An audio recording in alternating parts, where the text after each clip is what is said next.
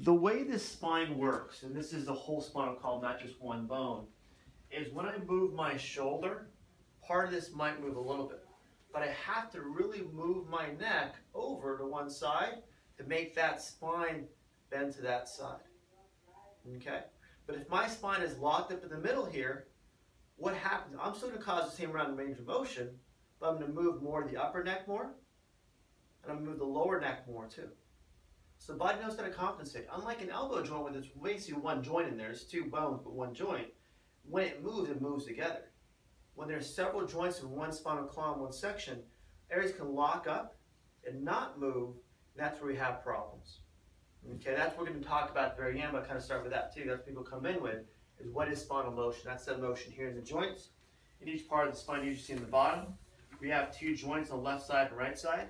They have capsules that connect this and just okay, but they have to move together to cause this motion, forward and backwards, side to side, and some rotation too all the way through. Okay, so thank you. Okay, so let's get started with how motion works, how it affects the body. Okay, when there's, like we talked about a second ago, joint motion, just put joint motion here. Okay, that joint motion may be good or bad, causes a nerve response to the actual brain. Okay, so that response occurs by the nerves here that go into the body, and the spinal cord, so you can see a little soft tissue in there, the spinal cord itself. Not the column, column's the bones. Cord is actually the big bungee cord inside the spinal cord that connects from your tailbone to your actual brain. Come in. You're just on time. Grab some right over here if you like. Yeah. I have to leave it open. Not a problem. Okay, thank Just don't hit me on the way out. you. Fine. Okay? So we want that bungee cord to be as loose as possible. That's your connection from your body, stretches to your body, good or bad. It goes into the spinal column, and cord goes up to your brain to give you a response. Okay?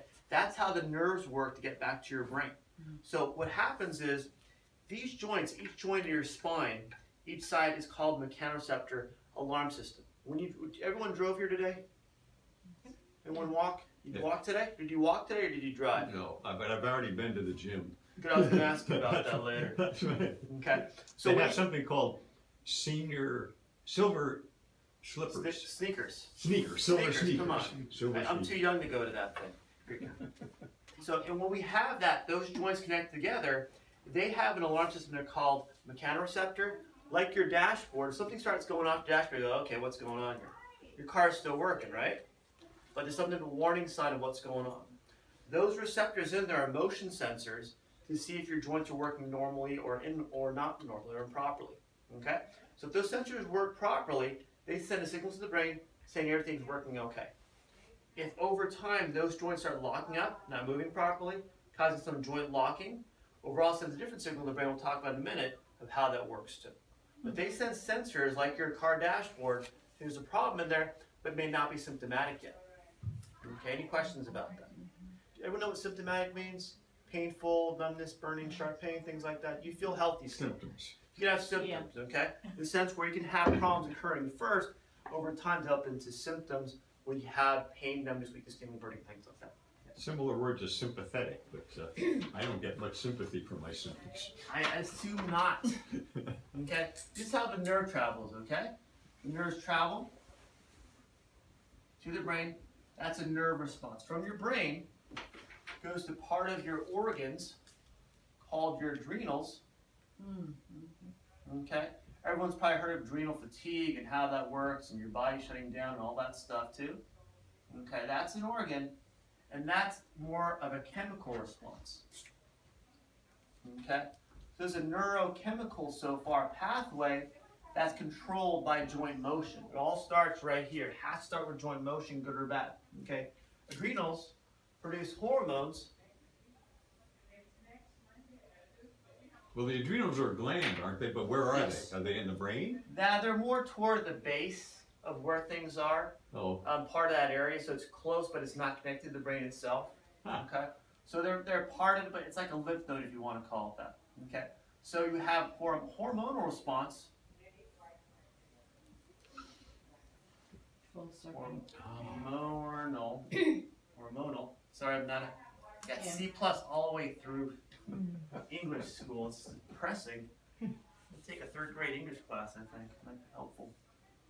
Hormonal response or hormones. Call them hormones. It's different than harmonious. I don't Okay. get a harmonious response at all. And that goes to your body to cause an effect. Okay? That's how it's affected to the body.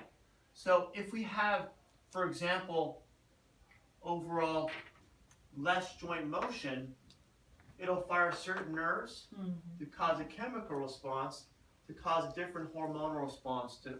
Okay? Like you mentioned a second ago, there's sympathetic, parasympathetic, correct? So here is sympathetic. I'm going to draw sympathetic in red. Sympathetic is your stress response. Okay? Turn this on too. Okay? That equals stress. Okay? If you have stress where your joint is a moving prop, so you have less range of motion, less motion in the joint, that point, the sympathetic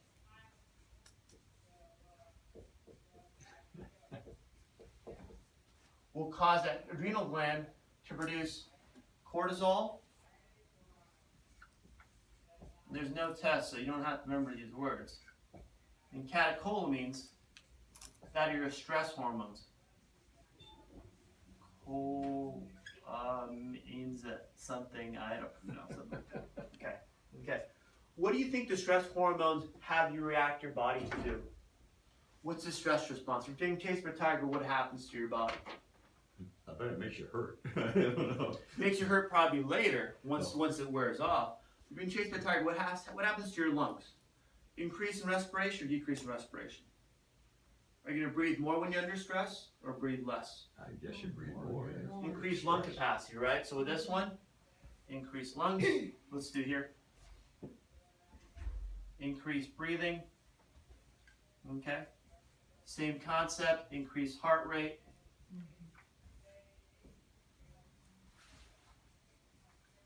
Yeah. Okay. You become more short-term memory or more long-term memory? Short. Get the heck away from that tiger. Where's the tiger? Let me get away from it. Okay. So short memory.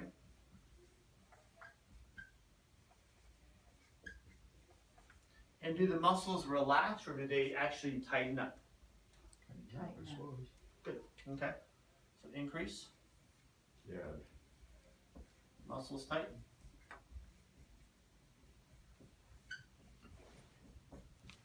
Okay, those are just a couple. Okay, on this form here, last time I read any of these things, it talks about how the nerves work, how they correlate from the spine to the location, and the effect of that. Especially here, thank you. Especially when it's under sympathetic. So your symptoms, your effects, will be your symptoms when it's sympathetic response. This response here. Okay. Any questions about this yet? Well, it doesn't feel sympathetic. Give me a second. Yep. But you're saying that Yes. what we would say in science, the nucleus Yes. is the spine. You're saying that is the 7 base. out of 10 of your motion receptors occur from your spinal column itself. Okay, so 70%. Okay, so what did you say? 7? 70% occur. Motion sensors come from your spine. Okay. Oh. Scientifically, if you want to read books and things like that, they'll give you all my books. At that point, other motions in your area are affected too. They'll say, if I have a problem with my shoulder, what happens if I tear my shoulder? Okay, acute pain, sharp pain, it's going to freeze up on me. So when it does that, it sends a response to my brain to make things want to contract, maybe sweat a little because I'm in pain, and breathe hard because I'm hurting. Okay, that's more of an acute injury. The subtle injuries can occur without causing symptoms, but still have the same response. Okay, so let Yes. me just ask you. Sure. If you have a knee Yes. ache, Mm-hmm. a hip ache, Yes. am I are you saying that initially it will start in the spine area? I'm saying that once you have that initial ache, Yes. at that point that'll cause acute firing of the nerves, mechanoreceptors, your motion sensors, and lock everything up. But as the ache goes away, becomes more stiff, becomes less symptomatic, Yes, it does. and then your overall body recovers from that sympathetic response. So your body's very intelligent. Oh, Give me 1 second. Yep. Come on in. I know, they moved me. Yeah, I I'm went a down to, transplant. yeah, I went down to the other room. I Sorry. know. It's okay. Yeah, we went to the other room. You're testing your orientation this month. Can you figure out where to go? Well, it's because the clutter class has many more clutterers. Yes. Well, and does that, when I'm in acute pain, my body fires, my heart rate increases, my breathing becomes rapid, my short-term memory kicks in, and my muscles tighten. So even if I have a shoulder problem, my neck muscles tighten, my arm tightens, my side tightens to protect my body. It's not just one area. So long term, if you maintain that acute pain, that sympathetic system, and your body sees that as normal, your body compensates. If your body compensates, what happened to a knee or hip becomes arthritic, and scar tissue builds up, but then you have arthritis, bone arthritis. Okay? Two major types of arthritis. One is going to be inflammation causing pain, like in hands, for example, sometimes rheumatoid arthritis. Other is bone spurs causing joint locking permanently. That's what you'd see on the x-ray or an MRI. So short term, fires, this kicks in, boom. You're gonna do something about it, right? Because now you're symptomatic. Long term, you go, I can deal with it, I'll be okay. Years later, you go, it's not going away. Now take the MRI, the x-rays, now it's arthritic. Again, hip is one joint, knee is one joint. Yes. Hinge joint, ball and socket joint. Your spine, if it has one area where it's locked itself up, say one area here, one area down here, other parts can still move. Even that's initially symptomatic where you feel something, you can lock up, the other parts still move. So unlike a knee, other parts can compensate. So I can still move, but now the area's locked itself up. Okay, for example, the neck locks up over time, it can still move above and below. To cause the same range of motion, has to move the joints above and below more to make them wear out faster. More wear and tear. Okay? So because of that, over time, even though that's not symptomatic, we don't have any pain, that system can kick in to where over time it keeps your body under stress. For example, I had a lady about 4 years ago, came in, had a stressful job. She drove from Ranch Cucamonga to Studio Commerce every day for work for about 5 years. The stress of driving there, working all day in an office, and leaving there and spending about 2 hours on the way to traffic, there, 2 hours on the way back, coming home sleeping, doing the same thing over and over 5 days a week. Okay? Came in with some spinal problems, but also heart palpitations, breathing issues, intestinal issues too. Didn't have a heart issue, ruled it out with a cardiogram through a medical doctor. Blood work came out negative too. Because of this, over a period of time, it finally chiseled away at her, where her body responded with the organs becoming chronically sympathetic, chronically under stress. Okay? Does that make sense how that would work? So what we did for her is alleviate the pressure in her spine so all of her bones worked, and that was enough to compensate, to get her to start moving, to get this response to calm itself down. So we moved the spine because she had chronic stress and chronic postural issues from her sitting in a desk all day and also driving to and from work. But that allowed her to move more, and then she got away from the sympathetic. We'll talk about in a second how that works. Okay? Does everyone understand how the stress response works? Kind of, sort of, maybe. Now you're all neurochemist and neurologist and whatever else it would be, hormonal specialist. Okay, that's the first part. The second part is here. It's called your parasympathetic. Anyone know what para means?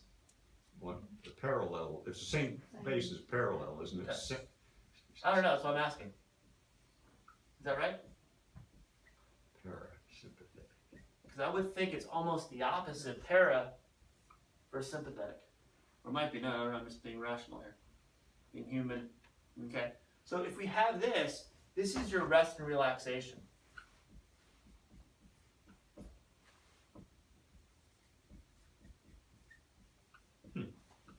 This has to be in balance so you can survive the environment, but also repair when your body's not under a stressful environment. Okay? So here, as we go through this, same thing. I'll just put parasim. No. Penmanship is horrible. Apologize. Para. Okay? That causes the same thing, chemical response to the brain. A different hormone this time is going to be, I'll put it over here, going to be endorphins.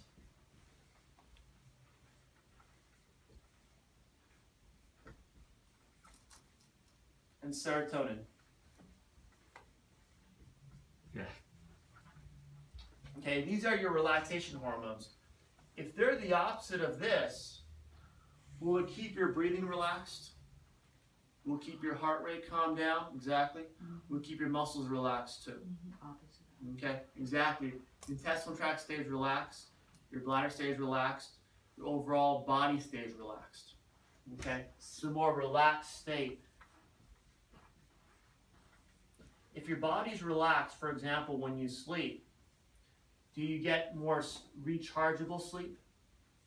Where your body wakes up more energized, more, if you want to call it, with a better battery? Okay, that's the plan. Under here, realize you have less recovery sleep. Okay, your body does not shut down under stress. One of the ask my patient. You mean symptomatic? Is that sympathetic? Yeah, yes. sympathetic. Under sympathetic here, same thing. Your body doesn't go into a relaxed state, so it stays tight the whole time. You get more alpha sleep, not the deep delta sleep where you get the REM sleep in there. Okay, so the body's meant to have that balance, so when your body can relax, those are relaxed state. Everything you see on the right hand side there, this does not occur as the effects. The locations stay more normal, more relaxed. And the sympathetic is when the effects of that chart actually kick in, especially chronic sympathetic conditions. For one, too. So the alpha sleep is less. Alpha sleep is less than deep delta sleep. It's going to be more alpha sleep. We'll use the alpha sign. Yeah. And this is going to be the deep. I don't know what the delta sign is, but write it down. Delta's. Got it. Yeah. I'm a delta, so. Right there. Got it. Got it. I'm a beta, so. Okay. Got it. Brent's coming back to me now. Come back. We don't have any tri-delts on our campus. Yeah. So that's your delta sleep. Okay. So when I ask my patients when they're under care, and they ask me how you feel, I'm feeling a bit better, doc. I go, how are you sleeping? How are you waking up? Still not very good. Over time, I go, wow, wake up, I actually feel more relaxed, more recharged, I have more energy throughout the day. That's how we know we've gone to more of that balance. Okay? Your body wants to stay in what's called homeostasis. This allows your body to stay in homeostasis. When you're under stress, quick stress in a car accident, got to deal with a situation, your body should kick in your sympathetic. Okay? But once that calms down, your body goes out of that and it gets that balance back again too. If you're under chronic stress, like talking about my patient who had to communicate with City of Commerce every day, does it make sense why it would affect your body? Over time, your body adapts to that stressor. Our body's intelligent. Do two things. We can either change our environment, especially external, or adapt to the environment. If we adapt the environment, our body will go under that and adapt to it physically and chemically, hormonally, and neurologically over time. How do we, if we're under sympathetic stress, at a certain point, maybe symptomatic or not symptomatic, how do we change that? How do we cause this to reverse if we're under sympathetic? Now that we know both sympathetic and parasympathetic, how do you go back to a better normal if we're under sympathetic, if we're under stress? What can we do physically to our bodies? Oh, physically. Oh, say mentally, I calm, pray, meditate. So mentally realize you can cause a chemical response to your body that can affect your hormones, to allow things to come in better balance. Good.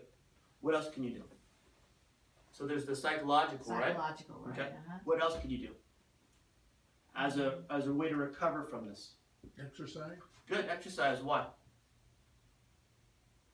talked about a second ago about Yes. at least 30% of our Right, because of the motion. you're Exactly. moving, yeah, that okay. motion in your joints. Exercise, The uh-huh. mechanoreceptors in your joints, maybe your knee, your hips, your shoulder, your back, your neck, your wrist, your arms. The mechanoreceptors control your motion sensors. They fire to your brain to cause your parasympathetic to kick in. More motion you cause physically, the more this kicks in, so you get to more of a relaxed state. Mhm. So you can control that. What we do as chiropractors is adjust the spine, make sure we take the extra first off, is make sure we have to adjust so you recover physically inside your body. That's what we do. Your job and part of our care is how do we have you start, if you don't already, exercise with stretching and then strength training and maintain that so your body stays healthy. Okay? Yes? Now, what is the CPAP machine trying to put you into that sleep? It helps keep you in a relaxed state, but you become dependent on it. Mhm. You can't do it That's the by thing. yourself, you wanna do it independently. Exactly. You don't wanna depend on a machine. So that's a good way to in an acute situation, short term use it, but how do you do things on your own to get your body to get healthy? If I have a shoulder injury, I'm gonna go to physical therapy. If I have surgery, for example, get it worked on until I can do it on my own and maintain it on my own. You gotta realize where you are first is by taking the x-ray of the shoulder. Maybe get an MRI, maybe get a test done. So know where you are first and then proceed with your either assisted therapy with a doctor or a therapist, and then on your own, so over time you maintain your own health. Because who's around you more, you or the therapist?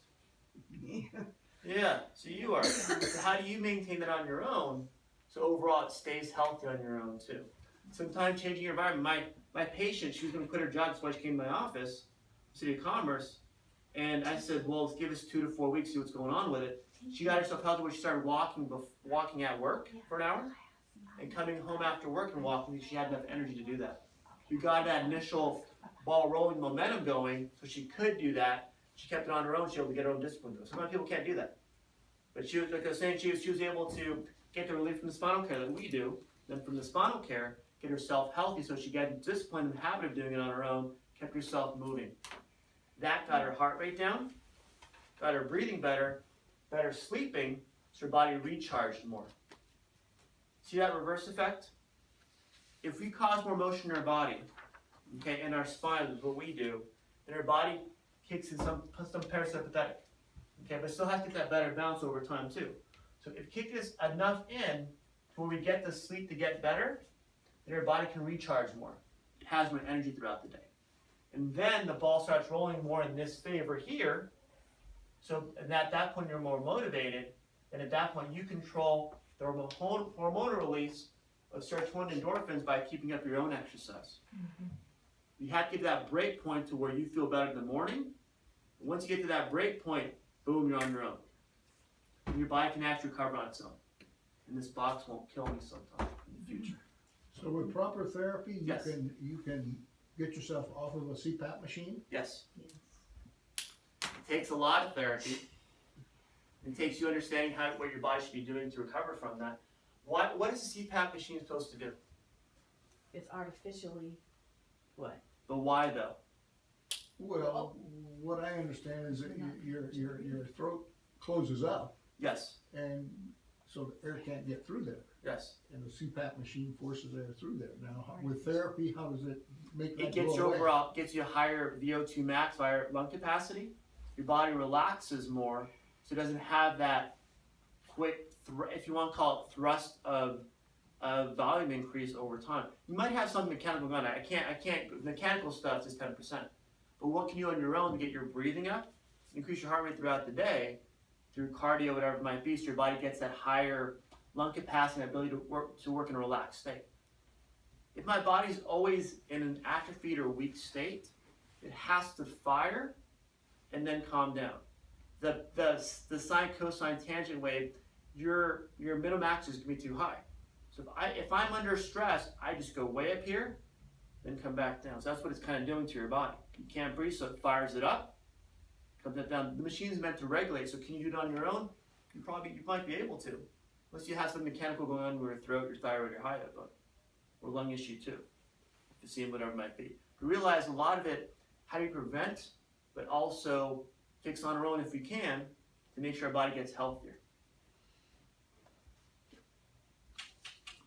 Any questions from the back row? Yeah, I'm having problems with the vocabulary because if I say I'm sympathetic for you, Yes. it suggests that I feel your pain, but I don't. I just I know. appreciate what you're going through. I understand. And then there's another word, empathy, Yes. and it's a similar meaning, Yes. you know. So we take it away from the psychology, get into more of the science. Yeah, okay. Perfect. Focus on the science. Yes. I'm sorry, Sure. I'm trying to process Good. everything, and if you can just reiterate to me with, Sure. I'm reviewing my notes, cause I'm sorry. Of course, go ahead. I have to take my Not a problem. sister-in-law, cause she just broke her wrist, so Ah. she was supposed to be here, for the class. Yes. But when you said 70% Of your joint motions, of your it's called mechanoreceptors. it's called what? Mechanoreceptors, write that down. Yeah, cause There you go. okay, Mechano, uh-huh, no receptors. okay. Those are your motion sensors in your joints Okay. that allow your body to fire this off in a good way or a not so good way. Okay, so it's the motion Motion sensors. sensors. Yes. Okay, that does plus or minus. Yes, exactly. Okay. They either fire the sympathetic or Mhm. parasympathetic based on if there's motion or Or non-motion. non-motion, okay, There you go. alright. That starts the system going. Alright, All these plethora of Uh-huh. words and everywhere. we have 70, 70% 70 comes from your spine. okay. 30% comes from your other external joints. Alright, now I'm, okay. There you go. That's the big picture. Right, So once we know that, our job as chiropractors is to see what's stuck in the spine and unlock that so your body gets back to better health. And you, on your own, maintain that with your own exercise also. With spinal loading exercise, posture exercise, whatever it might be. With a broken wrist or elbow, when it's ready, getting full range of motion in there as soon as possible. And keep that motion going the whole time until it heals completely. You want things to heal with motion. okay. If you get an injury and don't heal with motion, you build scar tissue Yes, you that do. acts like glue to lock everything up. Then you're stuck and you have to break that up to full recovery. If you don't break up scar tissue, that forms arthritis within 5 to 6 years. So that's why when you have an injury, you go to have physical therapy because Right that's away. emotion. Right away. Okay. The old philosophy was you get the surgery done, we'll see you in 4 weeks for the physical therapy once you feel better. Then you spend 2 more weeks breaking up all the scar tissue. Okay. Now they go, you have surgery at 8 o'clock in the morning, we'll see you at 12 o'clock for your first physical therapy appointment inside your room. So for no buildup. Oh, exactly, yeah, no build with scar tissue. The more you cause more motion, no scar tissue build. The best recovery. I had 2 patients about 7 8 years ago. Gentleman was in his 50s, an old guy at 50, right? Well, I must be ancient because I'm 69, golly. And a younger guy in his 30s, both had a shoulder surgery. Okay, the 30-year-old didn't do physical therapy because he had to pay for it out of his own pocket. No physical therapy. Other one had physical therapy starting the same day. What do you think a month later, who was in better shape? The one that started in The older guy or the younger guy? The older guy had the physical therapy right away, Okay. and he was in better shape. Yeah. 90% almost a month later, full range of motion, back to his normal walking. The other guy was still here, stuck. Had to have surgery again to break up all the scar tissue, things moving again. That's more painful. I don't want pain once, not twice. But you have to allow things to move better, if not develop arthritis. That's the key. Arthritis doesn't happen overnight, unless you have rheumatoid arthritis, metabolic disease, whatever it is too. Osteoarthritis, bone arthritis occurs because of the lack of motion in the joint. The joint doesn't move. Joint doesn't move. It locks up. Cause arthritis in the front the first time, because that's where the ligament is in the front, the anterior longe ligament. That's your warning sign you're going to have arthritis in your spine. Cause this to basically cause arthritis. There are bone spurs. It'll shrink the disc and pinch the nerve. You know, I respect Yes. and understand what you're saying. Yes. I guess it's Turn this on, frustrating. too. I'm Yes. sorry, I guess No, it's you're good. frustrating, to me, because I felt